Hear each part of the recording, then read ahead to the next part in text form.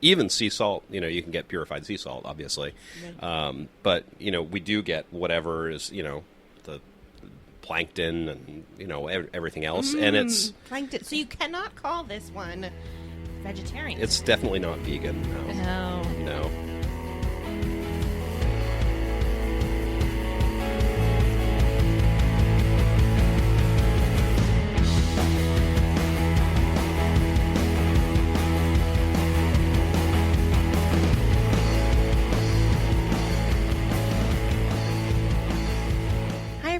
Welcome to Great Beer Adventure. Amanda here. First, let me apologize for the repeat show in the middle of the week. If you didn't notice, ignore this. Nothing happened. We know exactly what we are doing. For those that did notice, however, please cut us a little slack as we are trying to learn how to run a website and produce a podcast all at the same time. All right, now back to our regularly scheduled program. Today, we share with you our interview with Nathan Sanborn from Rising Tide, in which we talk about water. Water makes up a large amount, like virtually all of beer, and we learned some really interesting things about it. For those listening from the Portland area, we and our brewers have it pretty easy in terms of water. Things can get rough around the country and the world where water isn't as tasty, plentiful, or healthy as we have it. We took some pictures and even a short video that we are sharing around social media. We are on Twitter, Instagram, and Pinterest, all under Great Beer Women. We have another listener shout out at the end of this episode, and our show notes have links provided by Nathan. Check them out over at greatbeeradventure.com/006. Seeing we teased you in the middle of the week, we won't keep you waiting any longer. Here's our interview.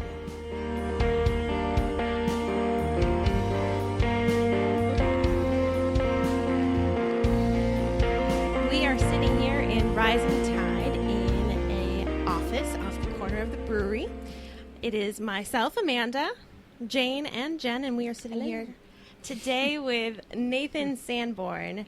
The topic we're going to ask you to go into for us is water. I know that seems like a little bit of a strange topic to jump into, but it's one of those 4 ingredients of beer. So we really want to kind of delve into it and understand how they each play together. And we'll get to that in just a minute. But first, let me tell you a little bit about yourself. Okay. Okay. That sounds great. Okay, perfect. How good you are. So you started Rising Tide in 2010 in the incubator on Industrial Way. That's correct. Yes. And you started with a nano brewery. Yes. Tiny little bitty thing. And then you moved over here to what has been dubbed Yeast Bayside in 2012. Yep. And you were also the 2014 Rising Star Brewer. I was. Yes, that's right. Yay! Nice. Did I win? Yeah. Woohoo! Well done. Thank you. Is there anything that you would like to add to that? No, that sums it up pretty well, I would say. Excellent. Well, I think that we will jump right into our first round. And who's going to grab that one? I'll grab that. So this is Jane, and we start with the best part, which is drinking and tasting. So what are we going to be tasting first? Sure. Well, I brought 2 beers today, and we can taste in either order. One of them I brought specifically because of the water topic, which is our Goza, which I think you've tasted before, but we can talk about it more from the water perspective today. Right. And the other beer that I brought is our flagship pale ale, Daymark, which is a rye pale ale. And we use locally grown rye, locally grown and locally processed. So it's a good chance to try that out. So I don't know which one you want to try first. Start with the Goza, because the last Sure. time we were here is when I first tasted Goza and fell Right. madly in love. Well, here, everyone take one. Instantly. In love. Got it. Thank you. Thank It's you. very exciting. This is my first time tasting it, so All right. this is very exciting. I just Yes. have to tell you. Jane had a moment. I It don't. was wonderful. I'll never blame forget you. my first Goza moment. I may have a moment too, so Oh, it's quite excited. still smells just as salty and amazing. Oh wow. Nice. So Goza is a very old German style of beer. It's recently been sort of revitalized by craft brewers. It's a beer that is a wheat beer. Primarily, that's sort of its core. It's a wheat beer, just like Hefeweizen is a wheat beer. And it was brewed in an area where they had extraordinarily high mineral content in their water. So much so that it was always described as salty. We've sort of taken that idea and run with it. Now, if you try this beer, you can definitely tell that there's some salt in there. I like salt. It's also lightly spiced with coriander, which is also traditional to this particular style of beer. And it's lightly sour. I like sour. Which I would say is tart. It's not really sour. It just gives it sort of brightness. Yeah. Some examples of the style can be very sour. But what I tend to do with a lot of my beers, and this beer in particular, is try not to overstate the characteristics of the beer. I want it to be balanced and drinkable, easy drinking. So this beer is, rather than salty, it's minerally. Rather than sour, it's tart. Right. And the touch with the coriander is intended to be quite light, so that it still allows the wheat character to kind of come through. And the salt character for this beer, we, of course, being Rising Tide Brewing, and being here in Portland on the coast of Maine, we decided that we would salt this beer by using a small amount of seawater in the beer rather than just dumping salt into the kettle. So we source our water locally. It's free range, locally harvested. Let's get harvested Happy water. water. Yeah, so we get our seawater typically harvested out in Cape Elizabeth. It's a small amount that goes in. Doesn't take very much. The amount varies depending on the season, actually. As the water temperature changes, the salinity can change. So we have a base sort of starting point level, and then we'll make some slight adjustments based on sensory at the time of making the wort. And yeah, so that's about all I have to say about this beer, I think. Unless you have any questions. Do you have any questions about this beer? I do. Can I have a keg at home? I can see That why could be you had a arranged. moment. That could be arranged. Isn't it wonderful? It's so wonderful. This is. I like to call it grown-up Gatorade. Yeah, I like this so much better Yes, than please. Gatorade. Yeah. It's very low alcohol, which is traditional to the style, but this one usually comes in about 3.5%. Which is okay. So I could have a keg. 'cause Yeah, It's low yeah. alcohol. It's perfect. Perfect. Yeah, definitely. I've used that actually in some of my social media, which is at Great Beer Women. There is it gives you back the salt you've lost. So you should have this after you're like. I certainly I'm wouldn't. worked I out." certainly wouldn't ever try and argue that it was a health food. Certainly, the I TTB would come after me if I did.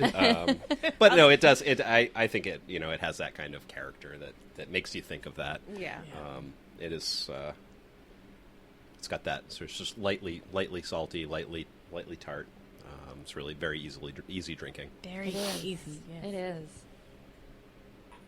And refreshing. Yes. So you said the next one was the. Oh, That's- yes. The next Yeah. one. So the next one is Moving right Daymark. along. Yeah. Keep, We were keep kind things of- moving. We kind of got our. Yeah. Get a little Got a little fixated on excited. Goza. Yeah. So this is Thank Yes, you. you get Jane started on Goza, and it's done. So this beer is Daymark. This is what I would call our flagship pale ale. This beer and Zephyr we sell about the same amount of. It's hard to pick which one's really the flagship, but this beer has been around longer than Zephyr. This beer is a pretty traditional American style pale ale, which is to say far more hopped than your traditional British style beers. It's quite dry, crisp, and it's got a sort of spicy character from the rye that we use. Typically, a lot of rye beers tend to be sweeter, a little richer, heavier body. What we were going for was to really highlight the spice character of the rye, and I did that mostly by drying it out. As it gets sweeter, you get more of that sort of rich, bready character from the rye. But we really wanted that spice, and so we use a blend of a cover crop rye, actually, as well as an heirloom malting variety or eating variety. That is malted down in Hadley, Mass. At Valley Malt, which is a small local local artisanal maltster, and then we dry hop the bejesus out of the beer as well. So it's got a really nice citrusy, grapefruity, aromatic to it. It's not very high IBU, but it does perceive as somewhat bitter because of the spice from the rye, and that a lot of that spiciness comes from the rye, actually, or the bitterness comes from the rye perception rather than the hopping. So a lot of people are like, oh, that's how many IBUs is that? Well, it's not actually very many. There's very little kettle hops added in, but the bitterness comes from the other ingredients, which is always fun. So Now I have a follow-up question. Bejesus, is that a technical term? Yeah, it's a technical brewing term. Oh, All right. good. We'll have to put that one on our glossary of terms. Right. Bejesus. It's important. It is. See, we're learning, folks. We have to be thorough. You did say it. This beer, I would say, is my favorite of all my beers. It's hard to pick your favorite child, but it's probably my favorite child. Not over your actual child. No, right. Right. No, of Is course that the right not. answer? Did I get that right? That's exactly I the right think so, answer. Yes. Good dad. Yeah. Yes. So, was this your first one?